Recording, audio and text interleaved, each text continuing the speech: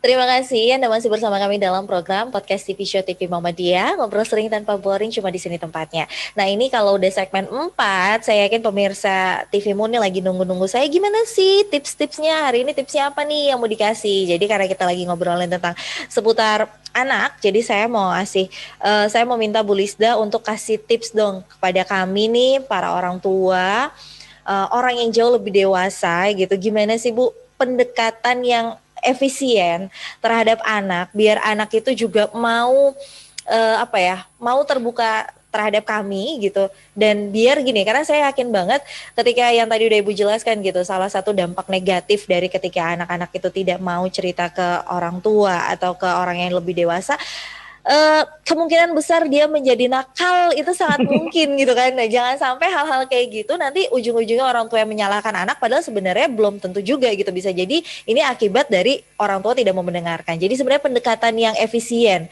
kepada anak agar dia bisa jadi menceritakan semua keluh kesahnya dia itu seperti apa sih Bu? Ya, anak saya kebetulan sudah cukup dewasa, jadi saya juga sebenarnya punya pengalaman yang membuka pikiran saya, membuka mindset saya, membuat saya melakukan perubahan ketika berinteraksi dengan anak, dan itu membuat perubahan kepada saya cara saya mengasuh anak saya. Saya kalau boleh mungkin saya mengatakan bahwa saya cukup berhasil gitu kan, karena sampai sekarang komunikasi saya dengan anak saya cukup baik gitu kan. Tapi mungkin pengalamannya nggak plak semuanya bisa disamakan atau digunakan oleh orang tua, tapi paling tidak pertama adalah memang kita orang tua itu manusia biasa juga gitu kan Mbak. Ya kita bukan super power yang tahu semuanya, yang bisa menyelesaikan semuanya gitu kan, yang ingin tampil selalu hebat di depan anak-anak kita. Jadi marilah ketika kita berinteraksi dengan anak-anak, berinteraksilah secara genuine.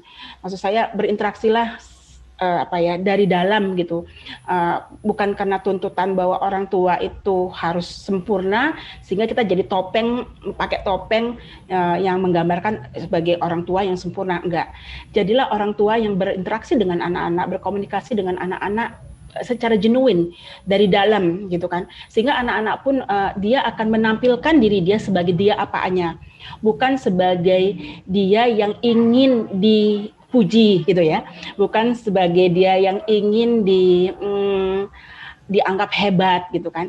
Tapi sehingga ketika kita berinteraksi secara genuine dengan anak-anak akan tidak ragu ketika dia melakukan kesalahan untuk mengakui sebagai itu kesalahan, ya kemudian ingin diperbaiki.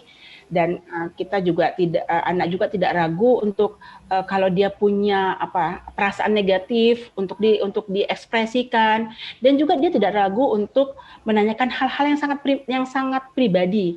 Misalnya gitu ya, apakah anak-anak kita mau menceritakan kepada kita kalau, maaf banget ini anak laki-laki terutama, dia mimpi basah. Nah, gitu kan. Nah, itu salah satu kunci sebenarnya. Anak laki-laki saya rasa akan cerita kalau dia selama ini interaksinya genuine dengan orang tua. Gitu kan. Jadi interaksi itu bukan lebih genuine itu maksudnya betul-betul kita dari dalam, nggak perlu takut kalau kita salah. Kalau kita salah, mari kita minta maaf, karena kita manusia biasa. Jadi anak-anak juga nggak ragu nanti kalau dia salah untuk minta maaf juga. Jadi itu akan lebih baik untuk anak kita, tumbuh kembang anak-anak kita. Itu yang pertama, Mbak. Yang kedua ya, memang kita harus belajar terus ya.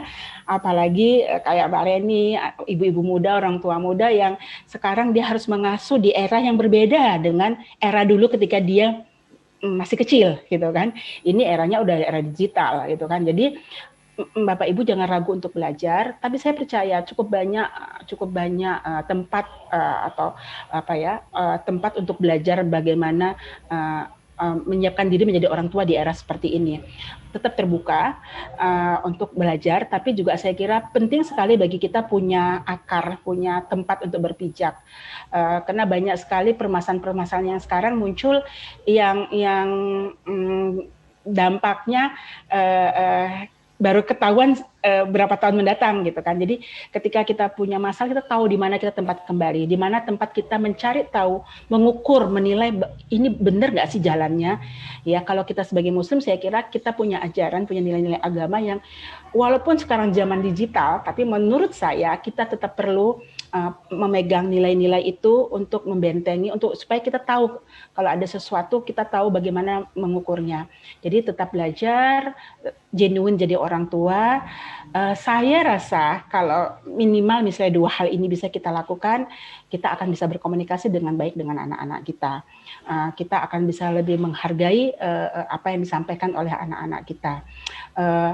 Dan saya sendiri sebenarnya ada sedikit kekhawatiran Mbak Reni, gimana anak-anak di masa mendatang gitu kan, masih menjadi apa ya, masih menjadi kekhawatiran saya, walaupun mungkin bukan anak-anak saya, tapi anak-anak yang lain, karena semakin banyak kita tahu permasalahan itu kan sebenarnya membuat kita jadi semakin, aduh gimana ya nanti di masa mendatang gitu kan. Betul.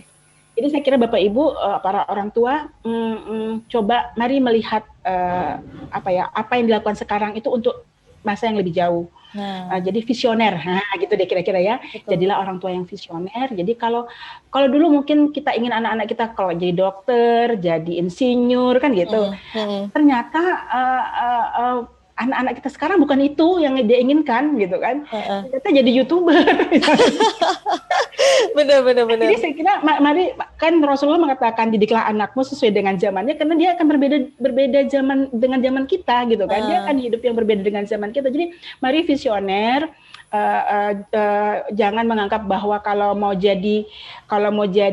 anak hobi gambar terus dianggap bahwa itu nggak akan jadi sukses tahun depan, kata siapa gitu kan. Jadi mari untuk visioner, melihat bahwa kita mengasuh hari ini bukan untuk hari ini, tapi untuk masa depan mereka nanti. Kira-kira 3 itu aja ya Mbak, ntar kalau depan malah. Gak apa-apa, itu aku suka gitu, karena balik lagi sih gitu. Bener, aku setuju banget gitu. Cita-cita anak-anak zaman sekarang dengan cita-cita kita sebagai orang tua kalau punya anak itu ternyata aja itu dari hal itu aja udah beda gitu ya. Makanya sebisa mungkin jangan pernah membatasi apa yang mereka ingin eksplor sih, kalau aku kayak gitu. Soalnya kalau misalnya kita dari awal aja udah membatasi, seolah-olah yang tadi udah Bu Lista bilang gitu, nggak ada uangnya, nanti kamu nggak bisa sukses di situ, terus siapa bilang gitu kan. Nah, ini Bu, pertanyaan terakhir saya, karena saya sudah ada di 3 menit terakhir nih. Harapan Ibu kalau di Yayasan Lentera Anak ini sendiri ke depannya, itu apa Bu? Ya, saya kira kebetulan Lentera Anak tahun depan udah mempersiapkan program 5 tahun yang akan datang. Jadi harapannya seperti apa? Harapan saya terutama Lentera Anak paling enggak kalau dalam program itu kan ada batas waktunya ya. 5 tahun yang akan datang bisa berkontribusi lebih konkret, baik untuk anak-anak, untuk komunitas di sekitar anak-anak, apakah itu orang tua dan guru, termasuk juga untuk pemerintah ya. Jadi harapan saya makin banyak bisa berkontribusi, makin banyak dan kontribusi itu konkret gitu kan, sesuatu yang bisa dirasakan, ataupun kalau itu perubahan yang terlihat gitu.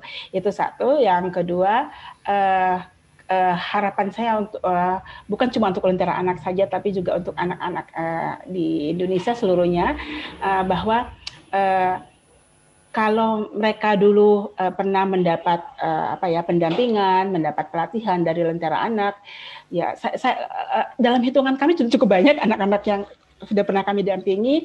Saya berharap mereka apa yang pernah mereka dapatkan, apa yang pernah mereka terlibat dalam berbagai kegiatan di Lentera Anak, itu memberi mereka semacam bekal, semacam kekuatan, sehingga mereka juga peka terhadap permasalahan anak-anak di Indonesia, dan mereka harus berkontribusi.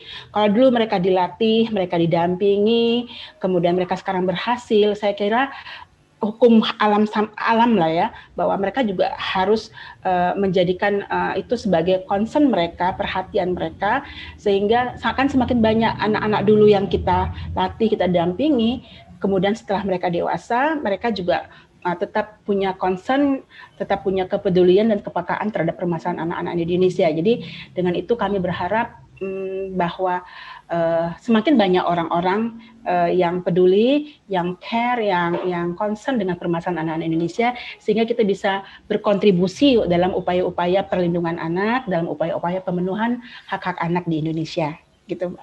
Oke, ini luar biasa sekali obrolan saya hari ini. Terima kasih Bu Lisda. Sekali lagi saya berterima kasih secara pribadi juga nih, karena akhirnya membuka pikiran saya gimana pola asuh saya nih harus ada sedikit yang dirubah nih berarti. Saya pengen seperti Bu Lisda yang bisa berhasil menggiring berhasil bareng-bareng sama anaknya gitu untuk bisa jauh lebih baik antara orang tua sama anak gitu. Saya pengen juga kayak gitu, dan semoga ini juga pemirsa TVmu yang ada di rumah juga mari kita aplikasikan sama-sama seperti yang tadi udah Bu Lisda kasih tips dan triknya juga pada kita. Siapa tahu gitu kan dengan tips yang sudah dijalankan juga sama Bu Lisda, kalau Bu Lisda berhasil siapa tahu kita juga berhasil. Dan terima kasih juga atas waktunya, dan terima kasih untuk Yayasan Lentera Anak yang udah bersedia nih ngobrol bareng di podcast TV Show TV Muhammadiyah. Kalau hari ini kita cuma by Zoom, siapa tahu nanti bisa mampir ke studio kita. Ya. Dan kita bisa ngajak salah satu anak gitu yang pernah ikut pelatihan juga biar tahu gitu apa sih ini gitu yang jadi permasalahan dari mereka gitu. Yep. Untuk itu juga terima kasih kepada pemirsa podcast TV Show. Jangan lupa untuk terus menyaksikan program kami di waktu dan jam yang sama. Saya Reni Rizky pamit undur diri. Wassalamualaikum warahmatullahi wabarakatuh.